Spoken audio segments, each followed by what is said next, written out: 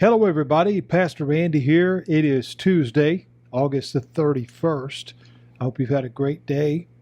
I have. We've had a wonderful day here. I got to spend the morning doing some wonderful things and spending some time out, and just needed that time today, and really enjoyed that. Being able to just have some personal time to do some things. I don't get a lot of that, and so it was an enjoyable morning.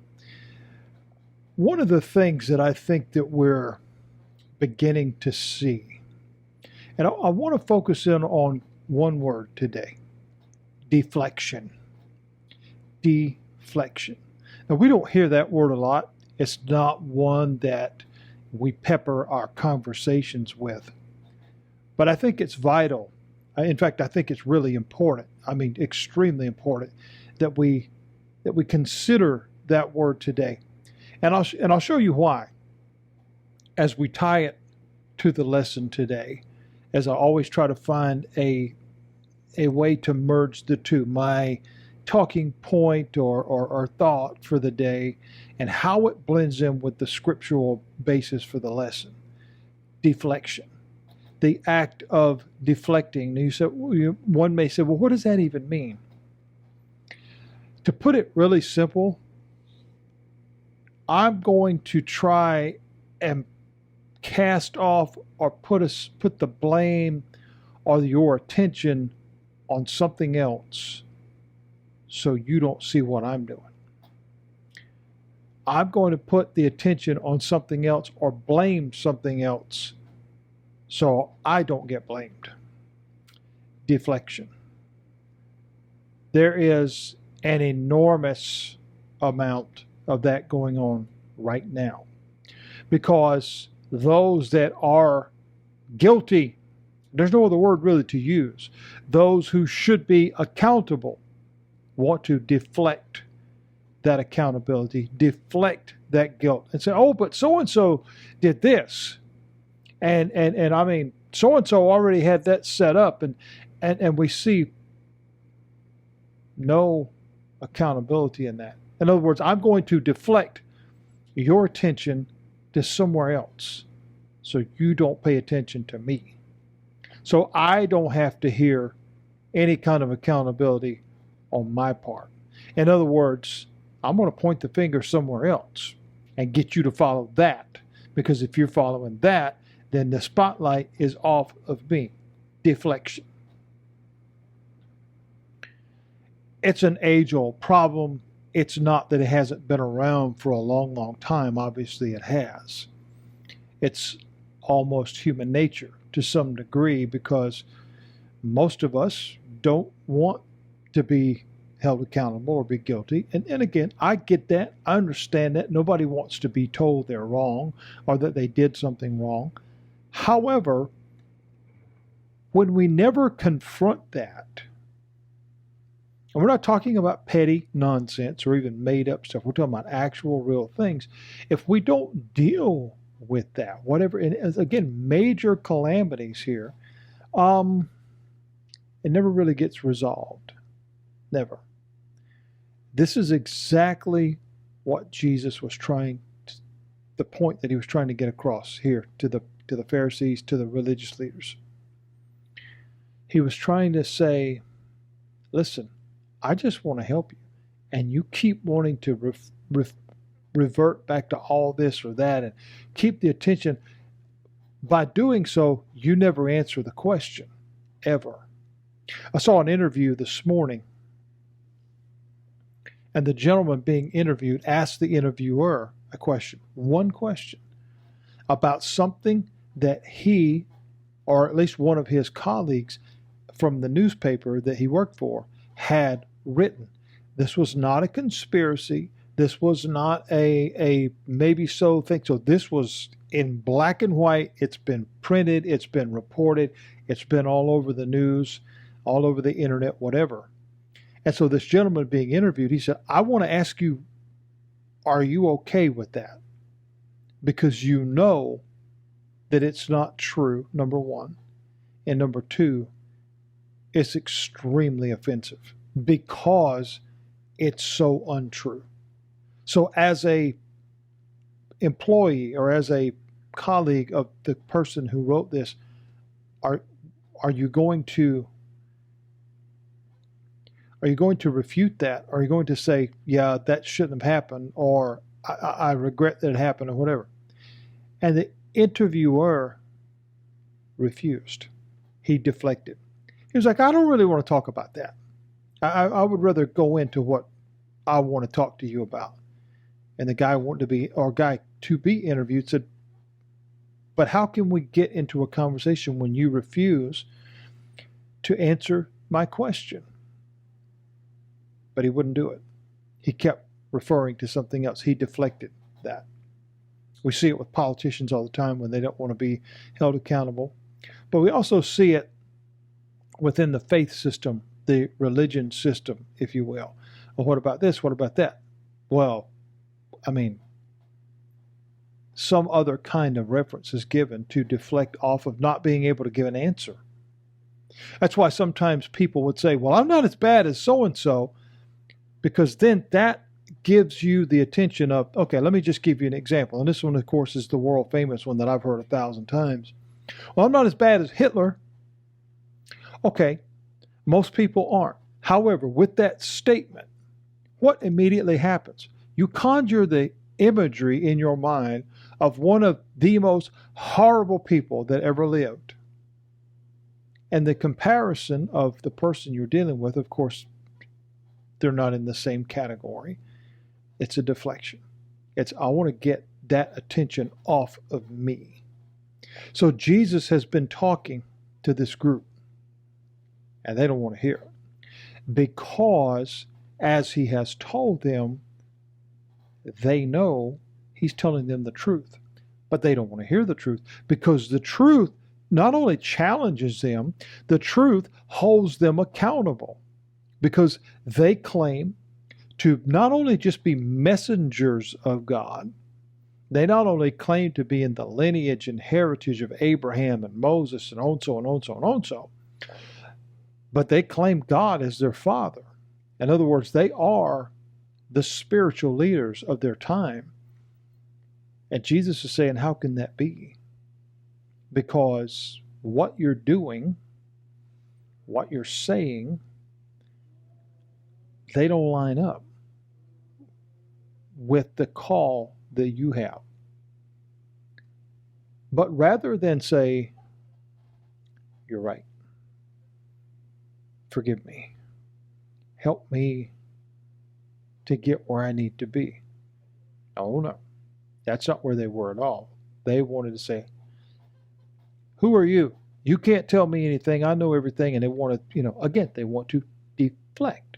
So we get into our passage today, and it's around verse 48. Excuse me again for the readers here, but then answered the Jews when he told them, remember yesterday, he said, you don't hear what I'm saying because you are not of God. Okay, now he's told them this on more than one occasion now, and so he's really, really driving that point home. But they answered, and they said, say we not, have we not said before, have we not told you before, you are a Samaritan? In other words, you're not one of us. And that was an insult at that time. And you have a devil. In other words, this was their aha moment. We were right. You see the way you're talking to us? You see the things you're saying to us? You are demon possessed. You are Samaritan. You're not a Jew. Again, culturally, this was a phenomenal insult. Just from the cultural standpoint of calling one a name. Okay, we equate that in our modern times of different racial ugliness. And I won't repeat those words because I hate those words. But we know what they are. That's what this was. This was just that ugly and just that low. But it was also, we have to go back we have to go back to chapter 3. And again, this is why I try to do this, if at all possible, every day, so that we keep it fresh in our mind for those who listen, those who follow. And it also gives you reference points to go back and see how everything that I have told you from episode 1 and today is episode 125. Amazing. Amazing. But everything that I've said from then, how it all ties together. That's why you continually, if you're just now listening to me, I encourage you to please go back. 125 episodes ago. I know that's a lot. But that's where we started at verse 1 of chapter 1. And now we are at chapter 8 and verse 48. One at a time, two at a time, whatever it has been. But you hear me constantly referring to chapter 1, chapter 3, chapter 4, whatever the case, and bringing that back around as to how it ties together. Because see here, not only were they insulting to Jesus as a fellow person, a fellow human, and a fellow Jew at that time, but chapter 3 says they knew who he was. So they were insulting to God. They were blasphemous to God. They knew who he was. This was a precursor, if you will, to the mocking that Jesus will receive on the cross. And we'll cross those scriptures and passages as they come up in the very, very near future. Because on the cross we're told that he was laughed at. He was mocked. We see here they didn't take him serious. They're like, come on, you're not one of us. And we were right. We were right. Look at the way you're talking to us. I mean, you're correcting us, you're challenging us, you're chastising us. We won't have it. You've got a devil. You're not even one of us. We're not going to listen to you. This attitude, these actions, as we will ultimately see, will cost them in the mightiest of ways. Those who mock God today, those who continually either say, I don't believe, or that's all, made up, or whatever the case, fairy tale in the sky, all this other stuff, they'll find out. And again, I don't say that in a judgmental way, but you'll find out. It's no different, friends. It's no different than the person who denies that fire is hot. Okay, you don't have to believe that, but when you touch it, you'll find out. The person who doesn't believe that something is dangerous, something you can ingest or have placed in your body that's poisonous, that could harm you. Oh, that won't do. I don't believe that it won't. Okay, you'll find out. You'll find out. And oftentimes when one finds out, they find out the hard way, and it's never good. But they refused the truth. And we see the reason why is because there was no truth in them. They were filled with pride. They were filled with selfishness. So many today in leadership positions are identical to this problem. It's all about me. It's all about my title. It's all about my position and my, whatever, hierarchy and my elevated status and my whatever. Never ever once thinking of the harmful nature of that attitude having replaced the heart of service that could be there to be a blessing and a help to so many. And that doesn't necessarily just mean financially or giving things away. Truly being an asset, truly being an advocate, truly being a voice sometimes to those who don't have a voice. But many are left behind. Many are left out because the attitude of the ones in that position are exactly like this. I don't care about them. Look at me. Look at how great I am. Nobody can tell me anything. Look how smart I am. Look at my position. Look at my title. Look at my prestige. Okay. But just as Solomon would write, pride goes before destruction. In other words, that strutting, woo, look at me. Look how great I am. Okay. Okay.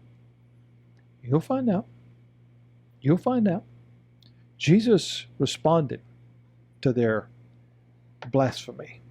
He responded to their arrogance and their ignorance. And he says here, I do not have a devil, a demon possessed. What is wrong with you? But what I do is I honor my Father, and you dishonor me. I'm not seeking my own glory. There is one who seeks and judges. So I say unto you, if a man keep my sayings, he shall never see death. Now that was powerful. Powerful. See, he's saying, I'm not crazy. I'm not a lunatic. I'm not trying to challenge you. I'm trying to help you. But you refuse to listen. I'm not demon possessed. I want to make your life better. We talked about yesterday the refusal of truth. We're talking about today deflection. Well, I don't want to hear that, and I don't want it seen that I'm refusing to hear this, because I want that attention on something else. I want it off of me. So they resorted to name calling.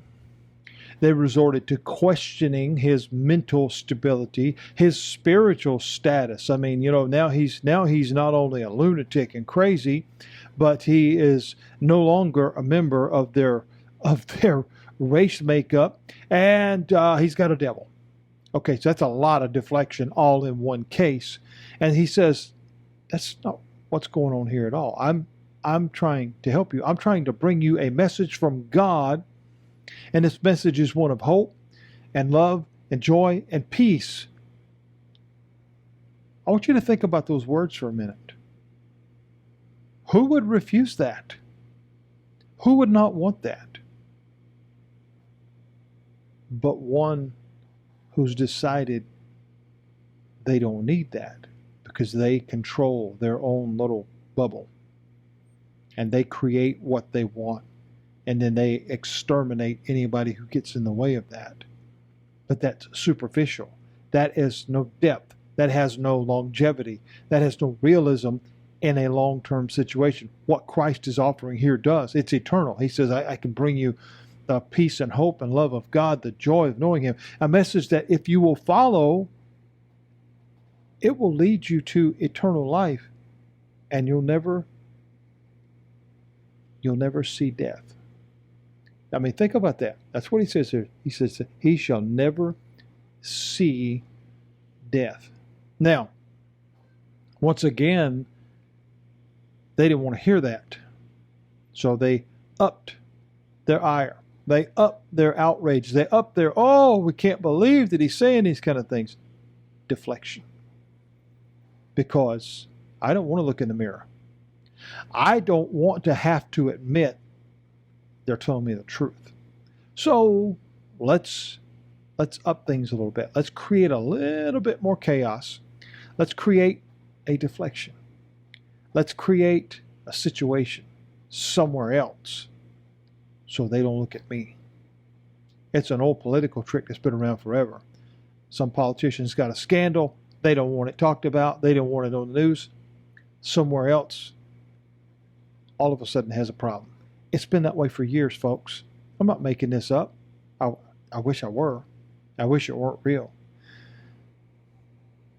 But we'll talk about more of this tomorrow as we understand their continued deflection, their continued refusal of the truth, and the danger that still brings today, the unfortunate victimization of many that it results in this particular case, it was clearly they were determined to get rid of Jesus at all cost. It didn't matter how far it had to go. But yet still, at the end of the day, the one thing that ultimately, whether here or in eternity, they would have to answer for, you didn't listen. Why? What valid reason can you give for refusing the truth? You know, I used my analogy yesterday of a stop sign. There were many people. Now, I typically, as an officer, I didn't do a lot of traffic because it wasn't on my list of have-tos. You know, we more responded to criminal calls and domestic violences and burglaries and all that kind of stuff. But on occasion, we had to deal with the traffic issues as well, whatever it may be. A pet peeve of mine was not necessarily speeding and things like that, although at times that could be reckless, and I would deal with it if necessary. But the one that would get you stopped, if I happen to see you do it, is the stop sign. If you run that stop sign or you run that red light, you were going to get stopped, because I want to know why you did it. It wasn't about it, and there was zero excuses for that. Zero. Because if you were distracted and weren't paying attention, that's a whole different element of danger. If you knew that it was there, like this, and you went through it anyhow because, well, I'm in a hurry, I got to get to work, or whatever, doesn't matter. You wouldn't make it to any of those things if you ended up running into somebody, getting killed, killing them, or getting hurt or maimed.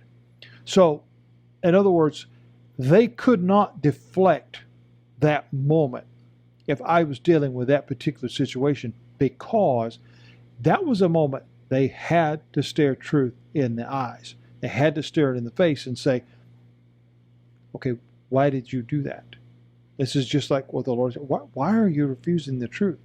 That sign was there. It's 8 feet tall. It's 3 feet wide. And it's bright red. Even the ones without the words on it. You know what it means. If you've passed the driver's test, you know what it means.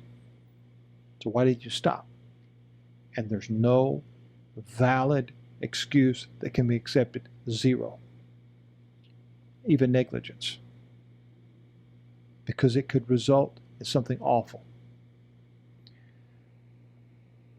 They refused the truth because the truth made them look bad. Oftentimes that's true. Oftentimes that's true. There are many of us that have to face certain things in life, true things that aren't fun. But sometimes it's what, as the word would say here, makes us free, because you don't carry that burden anymore. When we look at this tomorrow, Lord willing, about what this means and how this works, I pray that we can see together the importance of not deflecting this, because the truth about eternity, the truth about the life that is promised, is real, and we have to face it. We have to deal with it. We have to answer it now, before later. Because the appointment that's later, that answer has already been determined. So by not making any decision, you're making one.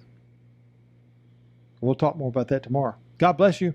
I hope you've enjoyed this lesson, and I'll talk to you then. Take care. Have a good night. Bye-bye.